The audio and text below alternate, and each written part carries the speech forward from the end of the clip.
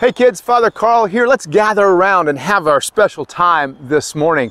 I was looking around my office and I found this green stick. Now, I know you've seen this green stick before, but I started thinking about how many ways I have used something like this before and just got so immersed in my play and what I was doing that it was so real and it was so important. Like maybe I would go out in the yard and I'd throw a stick up or a rock up in the yard and I'd hit it and I'd play baseball and pretend like I was on my favorite team, the Atlanta Braves, and I was Hank Aaron or Rico Carty or Clete Boyer, and I just hit a home run, yeah! And it was such a great thing. Or maybe I'd use it as a spear and I was out hunting some monster that was going to terrorize my house and I had this or it could also be a magic wand.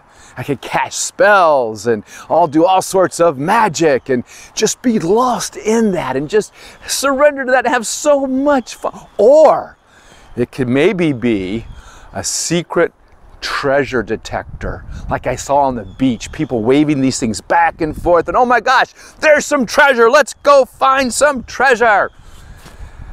And isn't it fun when we get lost and we just surrender and have so much fun? We don't worry about anything else but what's right in front of us right there, whether it's hitting a pretend baseball or throwing a pretend spear or, well, as we read this morning in our Bible, we read about a group of people who came back. Remember, we talked about this last week. They came back to their hometown of Jerusalem, and they were so excited to be back.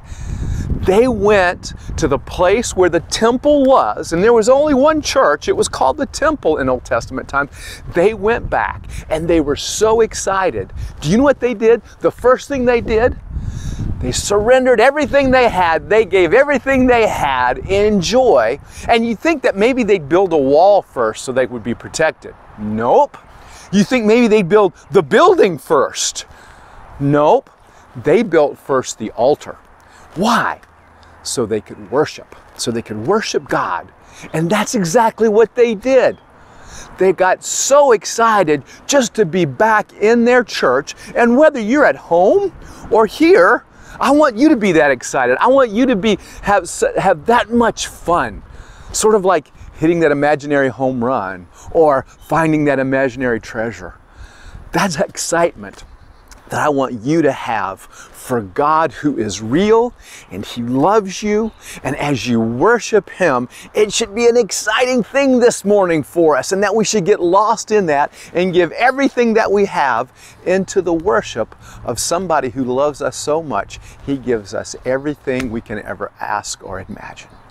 So today, this isn't pretend, this is real. God's love for you is real.